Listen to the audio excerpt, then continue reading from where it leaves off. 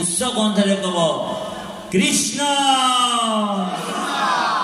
এবাৰ যদি হৃদয়ৰ পৰা ভক্তি ভাৱেৰে কৃষ্ণ বুলি কয়, বেদতো কৈছে আৰু ভাগৱততো আছে 16টা অশ্বমেধ যজ্ঞৰ একেলগে তেওঁ ফল পায় বুলি কৈছে।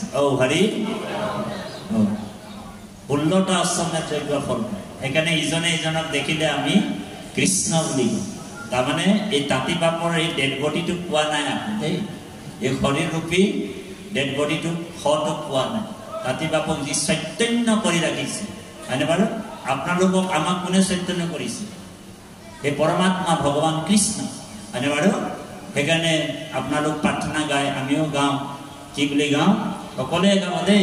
য়ে ব্ৰহ্মাই আদি কৰি জীৱ জগত, ও ৰাম ৰাম ৰাম ৰাম ৰাম, য়ে মায়া হৈ যা মাজে আশ্ৰয় ঘুমতি যায়, তুমি হে চৈতন্য ঘনা